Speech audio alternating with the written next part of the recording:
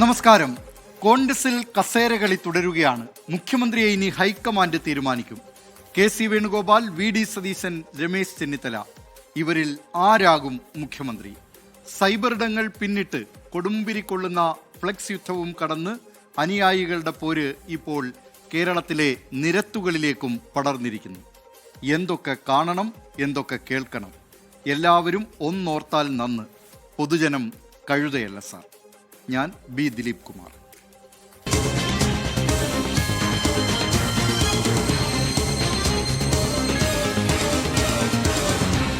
പൊതുജനം കഴുതയല്ല സാർ. പരമ്പരാഗത രാഷ്ട്രീയം അപ്രസക്തമാകുന്ന കാലമാണിത്. പുതിയ കാലത്ത് പ്രത്യയശാസ്ത്രത്തെക്കാൾ തങ്ങളുടെ ദൈനംദിന ജീവിതത്തെ ബാധിക്കുന്ന പ്രായോഗികമായ പരിഹാരങ്ങൾ നിർദ്ദേശിക്കുന്ന പാർട്ടികൾക്കാണ് യുവതലമുറ താൽപ്പര്യപ്പെടുന്നത്. വരാനിരിക്കുന്ന തെരഞ്ഞെടുപ്പുകളിൽ വോട്ട് ബാങ്ക് എന്നതിലുപരി ഒരു പ്രഷർ ഗ്രൂപ്പായി ജൻസികൾ പ്രവർത്തിക്കും. രാഷ്ട്രീയ പാർട്ടികൾ അവരുടെ ഡിജിറ്റൽ സാന്നിധ്യവും നയരൂപീകരണവും പരിഷ്കരിച്ചില്ലെങ്കിൽ ഭാവിയിൽ അവർ പുതു പാർട്ടികൾക്ക് മുന്നിൽ നിഷ്പ്രഭരാകുന്നത് നാം കാണേണ്ടി വരും. കാണാം റിസർച്ച് ഡെസ്കിൽ നിന്ന് ജെ ബിന്ദുരാജ് തയ്യാറാക്കിയ റിപ്പോർട്ട്. വർത്തമാനമില്ലാത്ത ഭൂതകാലക്കുളിര്. പ്രത്യയശാസ്ത്രത്തെക്കാൾ പ്രായോഗികതയോടാണ് പുതുതലമുറയ്ക്ക് താൽപ്പര്യം. നിലവിലുള്ള രാഷ്ട്രീയ സംവിധാനത്തിലെ അഴിമതിയിലും സ്വജനപക്ഷപാതത്തിലും പുതിയ തലമുറ അസംതൃപ്തരാണ്. ശുദ്ധമായ രാഷ്ട്രീയത്തോടാണ് അവർക്ക് ആഭിമുഖ്യം. വ്യക്തിപ്രഭാവമുള്ള നേതാക്കളാണ് അവരുടെ ഹീറോകൾ. പരമ്പരാഗത പാർട്ടികളുടെ വാതിൽപ്പടി യോഗങ്ങളോടും പഴയ പ്രസംഗ ശൈലികളോടും അവർ മുഖം തിരിക്കുന്നു. പ്രതീക്ഷ പകരുന്ന പ്രായോഗികവാദികളെ താൽപ്പര്യപ്പെടുന്ന അവരുടെ ഹീറോകൾ രാഷ്ട്രീയത്തിനതീതമായി പ്രവർത്തിക്കുന്ന പ്രൊഫഷണലുകളും സാമൂഹിക പ്രവർത്തകരുമാണ്. വെറുതെയല്ല യുവജനങ്ങൾ അത്തരക്കാർ നേതൃത്വം നൽകുന്ന പാർട്ടികളെ പിന്തുണയ്ക്കുന്നവരായി മാറിയത്. ഒരുപാട് പഠിച്ചതിന് ശേഷം ഫസ്റ്റ് റാങ്ക് കിട്ടുന്നവർക്ക് പോലും ജോലി കിട്ടാത്ത അവസ്ഥ ഉണ്ടാക്കുന്നത് സ്വാഭാവികമായും പുതിയ തലമുറയ്ക്ക് ഒരു ഭരണമാറ്റം ആവശ്യമാണ് എന്നൊരു ചിന്താഗതിയിലേക്ക് സ്വാധീനിക്കപ്പെടുന്നുണ്ട്. സാമ്പത്തിക പ്രതിസന്ധി ഉണ്ടായിരുന്ന സമയത്തും ഒരുപാട് ആർഭാടപരമായിട്ടുള്ള സർക്കാർ പരിപാടികളൊക്കെ നടത്തിയിട്ടുണ്ട്. അപ്പം അതൊക്കെ കൊണ്ടായിരിക്കാം ഭരണമാറ്റം. ഇക്കഴിഞ്ഞ കേരള നിയമസഭാ തെരഞ്ഞെടുപ്പിൽ 18നും 19നും വയസ്സിനിടയ്ക്ക് പ്രായമുള്ള 4,66,000 കന്നി വോട്ടർമാർ ഉള്ളതായാണ് തെരഞ്ഞെടുപ്പ് കമ്മീഷന്റെ കണക്ക്. ഇതിൽ 2,34,000 പേർ യുവാക്കളും 2,31,000 പേർ യുവതികളുമാണ്. തമിഴ്നാട്ടിലെ കണക്കുകൾ നോക്കിയാൽ 18-19 പ്രായഗണത്തിൽപ്പെട്ട 14,59,000 പേരാണ് കന്നി വോട്ടർമാർ. അതായത് മൊത്തം വോട്ടർമാരുടെ 21.2%. തമിഴ്നാട് തെരഞ്ഞെടുപ്പിൽ ഇത്തവണ നടൻ വിജയ് നേതൃത്വം നൽകിയ തമിഴക വെട്രികഴകം നേടിയ 108 സീറ്റിനു പിന്നിൽ പ്രവർത്തിച്ച വിജയഘടകം ഈ യുവ വോട്ടർമാരാകാനുള്ള സാധ്യത വളരെ വലുതാണ്.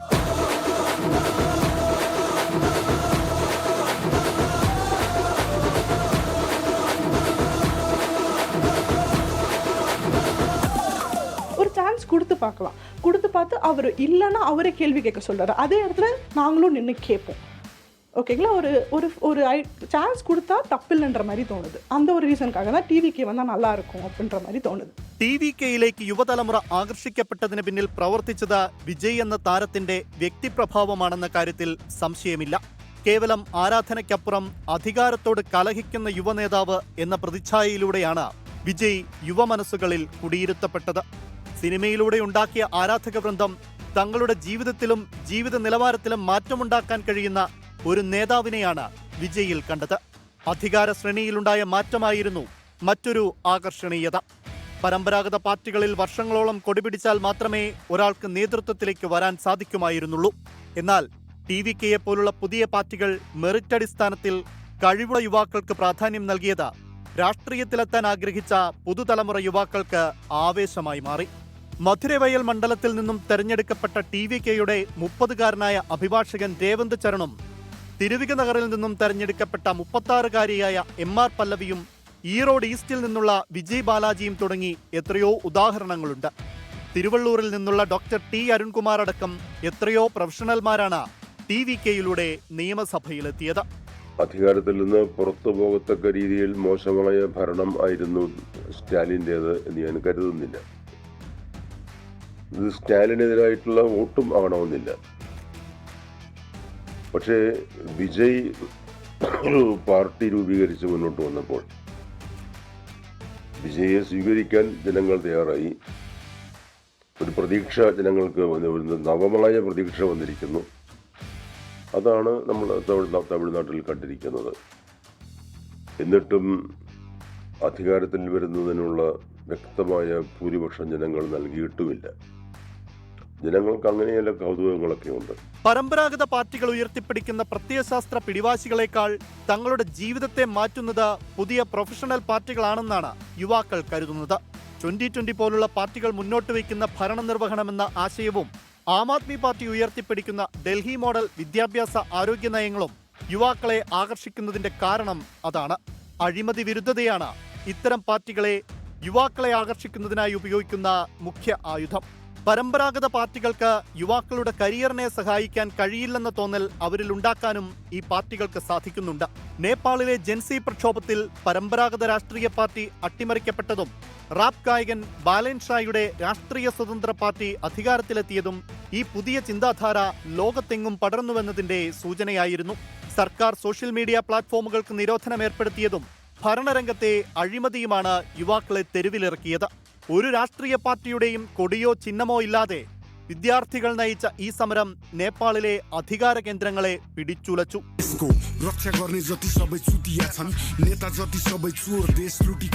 പരമ്പരാഗത പാർട്ടികളുടെ വാതിൽപ്പടി യോഗങ്ങളോടും പഴയ പ്രസംഗ ശൈലികളോടും ജൻസികൾക്ക് മടുപ്പാണ്.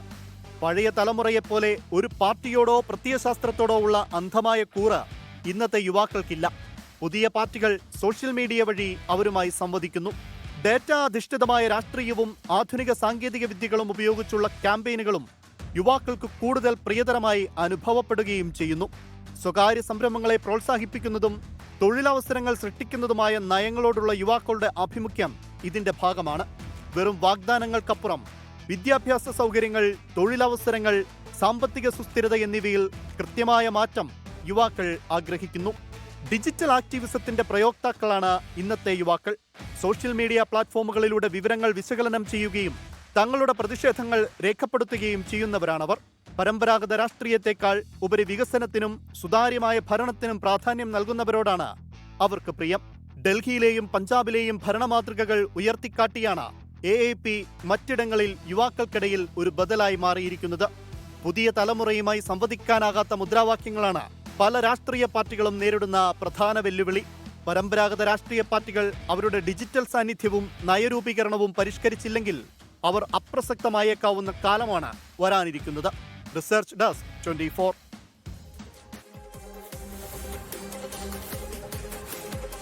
രാഷ്ട്രീയ പാർട്ടികൾ അവരുടെ ശൈലികൾ മാറ്റട്ടെ. പഴയ ചരിത്രം അത് വഴികാട്ടി മാത്രമായിരിക്കണം, അല്ലാതെ ചരിത്രത്തിൽ മാത്രം അഭിരമിച്ചുകൊണ്ട് വർത്തമാനത്തെ മറക്കുന്നത് പുതുമയിലേക്ക് ഒരു തലമുറയെ നയിക്കുന്നതാകുന്നു എന്നുള്ളതുകൊണ്ടാണ് അത്തരത്തിൽ നേപ്പാളിലായാലും അതുപോലെ തന്നെ ഇപ്പോൾ തമിഴ്നാട്ടിൽ TVK അധികാരത്തിലെത്തുന്നു. നേപ്പാളിൽ RSP എന്ന പാർട്ടി അവിടെ അധികാരത്തിലെത്തുന്നു. ആ നിലയിൽ ഒരു പുതിയ പാർട്ടികളിലേക്ക് ഇങ്ങനെ പോകുന്നത് വ്യവസ്ഥാപിതമായ പാർട്ടികൾ ആ ശൈലികൾ മാറ്റാത്തത് കൊണ്ടാണ്. അത് പുതിയ തലമുറയ്ക്ക് അതത്ര ദഹിക്കുന്ന കാര്യങ്ങളുമല്ല. മുഹമ്മദ് അലി മുളയ്ക്കൽ പറയുന്നു, ഈ പൊതുജനം കഴുതയല്ല എന്ന പരിപാടി പണ്ട് 24 പിണറായി വിജയനെ ലക്ഷ്യമിട്ട് തുടങ്ങിയ ഒന്നാണ്. ആ സർ എന്നുള്ളത് മൂപ്പരെ ഉദ്ദേശിച്ചാണ്. ഇനി അത് മാറ്റാം, പിണറായി അധികാരത്തിലില്ല എന്ന്. വാസ്തവത്തിൽ പൊതുജനം കഴുതയല്ല സാർ എന്നുള്ളത് ആരെയും ഉദ്ദേശിച്ചല്ല, പക്ഷേ അധികാര കേന്ദ്രങ്ങളിലുള്ള എല്ലാവരെയും അവരെ ഉദ്ദേശിച്ചാണ്, അല്ലാതെ ഏതെങ്കിലും ഒരു വ്യക്തിയെ ഉദ്ദേശിച്ചല്ല. അത് അധികാര കേന്ദ്രങ്ങളിലുള്ളവർ എന്ന് പറഞ്ഞാൽ മുഖ്യമന്ത്രിയും മന്ത്രിമാരും മാത്രമല്ല, ഉദ്യോഗസ്ഥ പ്രമുഖരടക്കം തദ്ദേശ സ്ഥാപനങ്ങളിലെ നമ്മുടെ ജനപ്രതിനിധികൾ അടക്കമുള്ളവർ. അവർ പൊതുജനങ്ങളുടെ പ്രശ്നങ്ങൾ കണ്ടില്ല കേട്ടില്ല എന്ന് നടിക്കുകയാണെങ്കിൽ അവരുടെ ശ്രദ്ധയിൽ പെടുത്തുന്നതിന് വേണ്ടിയാണ് ഈ പരിപാടി.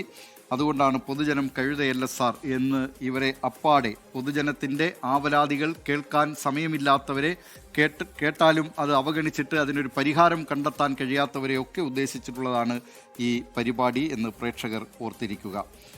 മറ്റു നിരവധി പ്രേക്ഷകർ പറയുന്നതൊക്കെ ഇപ്പോഴത്തെ ഈ മുഖ്യമന്ത്രി ആരാകും എന്ന ചർച്ച സംബന്ധിച്ചാണ്. പൊതുജനം കഴുതയല്ല സാറിനൊരു പ്രത്യേകിച്ച് നിലപാട് ഈ മുഖ്യമന്ത്രി ചർച്ചയിലില്ല. അവരെത്രയും വേഗം ഇപ്പോൾ ഭൂരിപക്ഷം ലഭിച്ചു, വോട്ടെണ്ണി കഴിഞ്ഞു. അത് UDF സർക്കാരിനുള്ള ഒരു മാൻഡേറ്റാണ്, ജനവിധിയാണ് ഇപ്പോൾ ലഭിച്ചിട്ടുള്ളത്. അത് ആ പാർട്ടി ആ പ്രശ്നം പരിഹരിക്കട്ടെ. പക്ഷേ പൊതുജനങ്ങൾക്കൊരു ശല്യമാകാതെ നോക്കണം. ഈ പ്രശ്നങ്ങളൊക്കെ ഇപ്പോൾ തെരുവിലേക്ക് ഈ പ്രശ്നം വലിച്ച് നീട്ടിയിരിക്കുകയാണ്. അതുകൊണ്ട് എത്രയും വേഗം ആ പാർട്ടി മുഖ്യമന്ത്രിയെ നിശ്ചയിക്കട്ടെ. ജനങ്ങൾക്ക് സ്വൈര ജീവിതമാണ് വേണ്ടത് എന്ന കാര്യം നേതാക്കൾ എല്ലാവരും ഓർക്കണം. പൊതുജനം കഴുതയല്ല സാർ എന്ന കാര്യവും ഈ നേതാക്കൾ ഓർത്തിരിക്കുന്നത് നന്നായിരിക്കും. മറ്റൊരു വിശേഷത്തിലേക്കാണ്. തമിഴ്നാടുമായി ബന്ധപ്പെട്ട കാര്യം തന്നെയാണ്. കേവല ഭൂരിപക്ഷം ലഭിക്കാത്തതിനാൽ തമിഴ്നാട്ടിൽ സർക്കാർ രൂപീകരണം പ്രതിസന്ധിയിലായ TVKക്ക് ആശ്വാസം.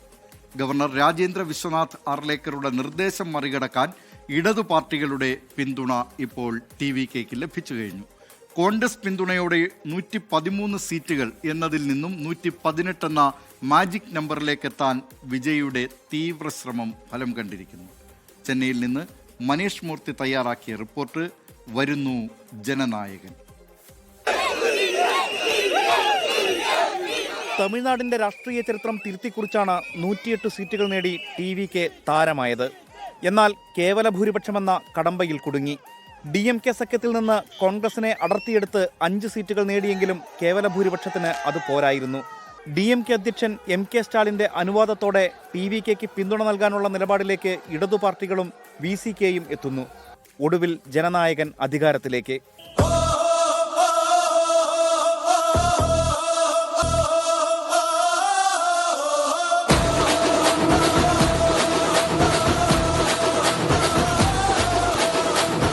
സർക്കാർ രൂപീകരണത്തിന് TVKക്ക് CPIയുടെ പിന്തുണ ഉപാധികളില്ലാതെ സുസ്ഥിര മതേതര ജനാധിപത്യ സർക്കാർ രൂപീകരിക്കാൻ പിന്തുണയ്ക്കുമെന്നാണ് നിലപാട്.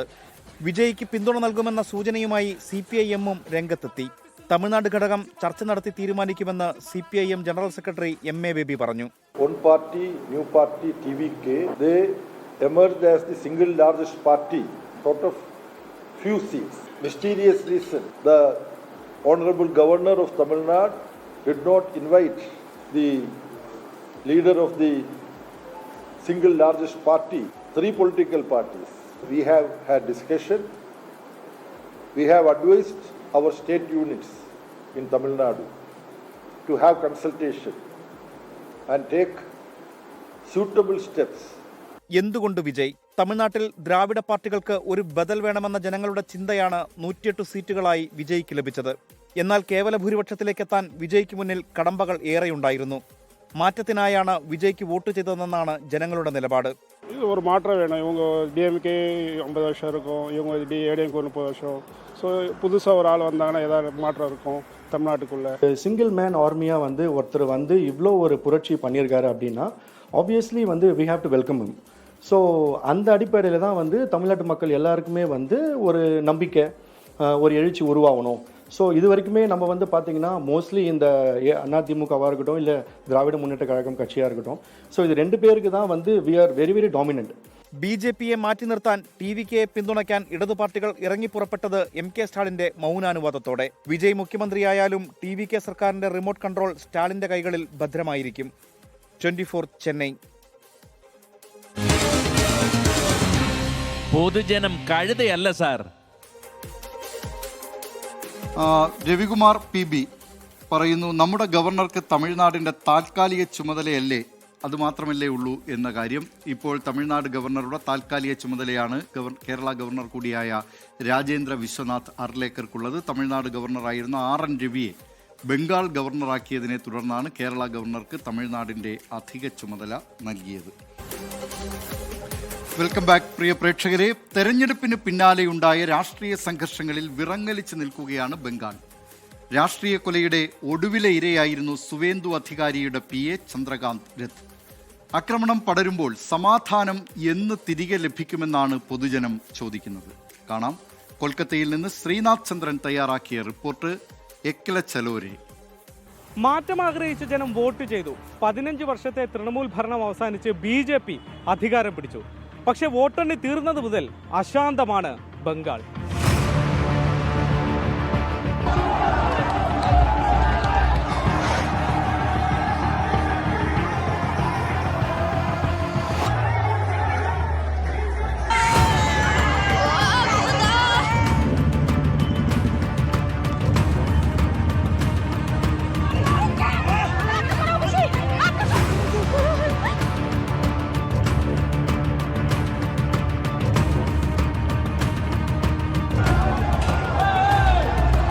തൃണമൂൽ ഓഫീസുകൾ വ്യാപകമായി ആക്രമിക്കപ്പെട്ടു. പലയിടത്തും തീയിട്ടു. പ്രവർത്തകരെ വേട്ടയാടുന്നതിന്റെ ദൃശ്യങ്ങൾ നേതാക്കൾ പങ്കുവച്ചു. കൊൽക്കത്തയിലെ ന്യൂ മാർക്കറ്റിലാണ് ഞാനിപ്പോൾ ഉള്ളത്. വോട്ടെണ്ണൽ ദിവസം കൊൽക്കത്തയിൽ ആഘോഷ പരിപാടികൾക്ക് വിലക്കുണ്ടായിരുന്നു. പക്ഷേ പിറ്റേന്ന് BJP പ്രവർത്തകർ ആഘോഷമായി എത്തി ബുൾഡോസർ ഉപയോഗിച്ച് ഇവിടെയുള്ള തൃണമൂൽ കോൺഗ്രസിൻ്റെതാ ഈ ഓഫീസ് ഇടിച്ചു നിരത്തി. അക്രമ സംഭവങ്ങൾ സംസ്ഥാനത്തിന്റെ ഏതെങ്കിലും ഒരു ഭാഗത്തായി ഒതുങ്ങിയില്ല. ആക്രമണത്തിൽ പങ്കെടുക്കുന്നവർക്ക് പാർട്ടിയിൽ ഇടമില്ലെന്ന് BJP സംസ്ഥാന അധ്യക്ഷൻ സാമിക് ഭട്ടാചാര്യ പറഞ്ഞു. അണികൾ അത് കേട്ടമട്ട് കാണിച്ചില്ലെന്നതാണ് യാഥാർത്ഥ്യം. സുവേന്ദു അധികാരിയുടെ PA കൊല്ലപ്പെട്ടതോടെ സ്ഥിതി പിന്നെയും ഗുരുതരമായി. ചന്ദ്രനാഥ് രഥിന് നേരെ നടന്നത് ആസൂത്രിത കൊലപാതകം. മണിക്കൂറുകൾക്കുള്ളിൽ കൊൽക്കത്തക്കടുത്ത് പാനിഘട്ടിയിൽ ബോംബ് സ്ഫോടനം. 5 BJP പ്രവർത്തകർക്ക് പരിക്ക്. എല്ലാവർക്കും പേടിയാണ്. ഇപ്പോൾ ഒരു എന്താ പറയുക, പണ്ടൊന്നും ഇങ്ങനെ ഒരു പ്രശ്നങ്ങൾ ഉണ്ടായിട്ടില്ല. ഇപ്പോൾ ഈ ചെറിയ പ്രശ്നങ്ങൾ അടിപിടിയായി വന്നുകൊണ്ട് നമുക്ക് സമാധാനത്തിൽ പോകണമെന്നുള്ള ആഗ്രഹമാണ് എല്ലാവരും സംസാരിക്കുന്നത്. ഇപ്പോൾ വളരെ മോശമായിട്ടുള്ള രീതിയിലാണ് പോണത്. കൊലപാതകം വരെ നടന്നു. പണ്ടൊന്നും ഇങ്ങനെ ഒരു കൊലപാതകം നടന്ന കേട്ടിട്ടില്ല. सो चाहिए कि हमला ना होए, सब अच्छा से रहे और जो लड़ाई झगड़ा वो ना होए, अच्छा से रहे लोग सब.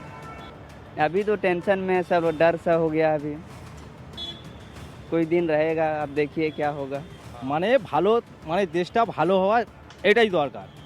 এই যে অনেক কিছু চুরি হচ্ছে, অনেক কিছু চুরি হচ্ছে, অনেক কিছু ছিনতাই হয়ে যাচ্ছে, অনেক কিছু ভাঙচুর হয়ে যাচ্ছে, এগুলো হওয়া খারাপ জিনিস. लेकिन किसी को मारने का कोई अधिकार नहीं होता है.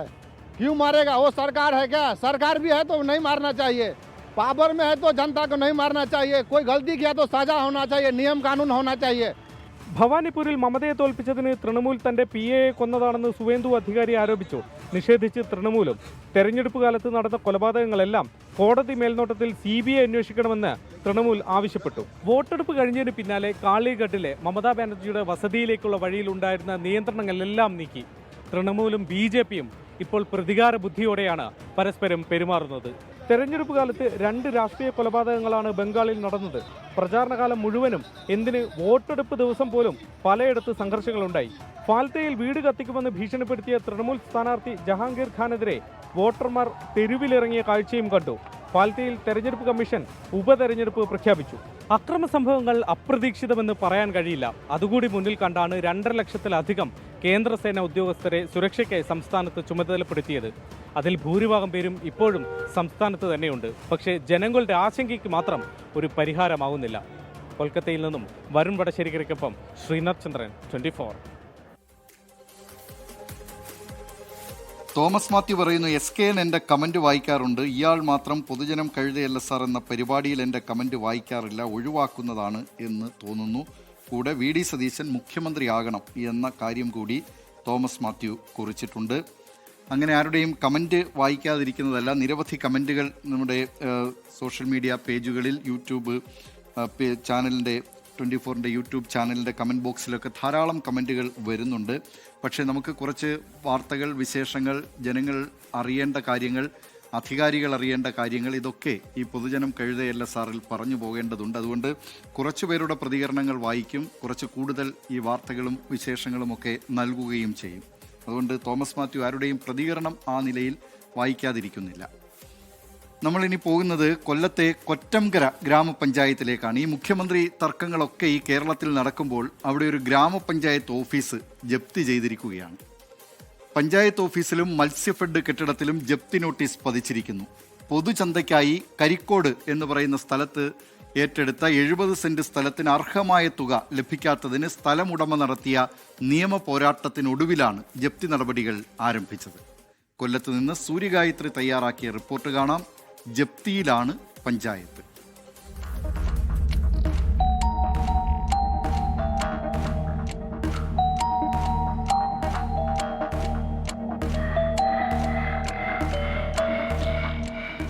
കേരളത്തിലൊരു ഗ്രാമപഞ്ചായത്ത് ജപ്തി ഭീഷണി നേരിടുകയാണ്.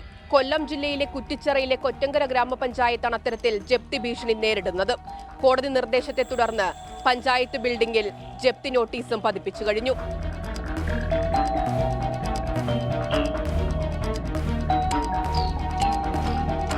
കുറ്റിച്ചിറയിലെ കൊറ്റങ്കര പഞ്ചായത്ത് ഓഫീസും ഒപ്പം കരിക്കോട് മത്സ്യഫെഡ് ഓഫീസുമാണ് കോടതി നിർദ്ദേശപ്രകാരം ജപ്തി ചെയ്തത്. പൊതുചന്തയ്ക്കായി കരിക്കോട്ട് ഏറ്റെടുത്ത 70 സെന്റ് സ്ഥലത്തിന് അർഹമായ തുക ലഭിക്കാത്തതിന് സ്ഥലമുടമ 2013 കൊല്ലം സബ് കോടതിയെ സമീപിക്കുന്നത്. കേസുമായി ബന്ധപ്പെട്ട തർക്കങ്ങളാണ് പഞ്ചായത്തിന്റെ വസ്തുവകകൾ കണ്ടുകെട്ടുന്നതിലേക്ക് നയിച്ചത്. ഭൂവുടമ നിയമ നടപടികൾ തുടരാൻ തീരുമാനിച്ചതോടെ 5 കോടി രൂപ നഷ്ടപരിഹാരം നൽകാൻ തുടക്കത്തിൽ കൊല്ലം സബ് കോടതി വിധിച്ചിരുന്നു. എന്നാൽ ഇതിനെതിരെ പഞ്ചായത്ത് ഹൈക്കോടതിയെ സമീപിച്ചു. പക്ഷേ ഫലമുണ്ടായില്ല. സുപ്രീം കോടതി വരെ നീണ്ട കേസിലാണ് ഡിവിഷൻ ബെഞ്ച് ഉത്തരവിനെ തുടർന്നിപ്പോൾ ജപ്തി നടപടികൾ ആരംഭിച്ചിരിക്കുന്നത്.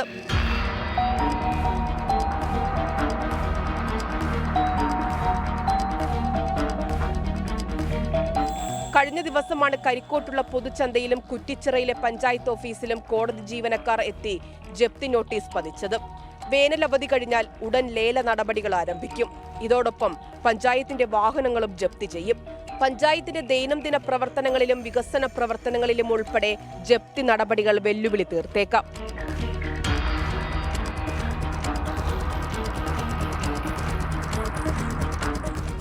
ലേലത്തിൽ പഞ്ചായത്ത് സ്ഥലങ്ങൾ സ്വന്തമാക്കുന്നവർക്ക് കോടതി വിൽപ്പന സർട്ടിഫിക്കറ്റ് നൽകുന്നതോടെ പഞ്ചായത്തും വില്ലേജ് ഓഫീസും മത്സ്യ മാർക്കറ്റുമടക്കം മറ്റ് കെട്ടിടങ്ങളിലേക്ക് മാറ്റേണ്ടി വരും.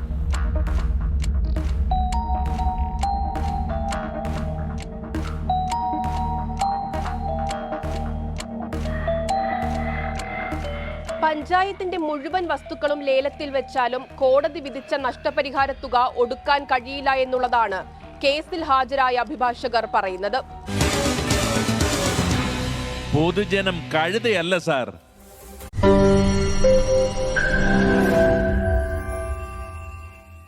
ലോകത്തെവിടെയായാലും ഏത് സമയത്തും 24 വാർത്തകളും ഓഗ്മെന്റഡ് റിയാലിറ്റി പാക്കേജുകളും എക്സ്പ്ലെയിനറുകളും വിശദമായി കാണാൻ ഞങ്ങളുടെ യൂട്യൂബ് ചാനൽ നിങ്ങൾക്ക് സബ്സ്ക്രൈബ് ചെയ്യാം.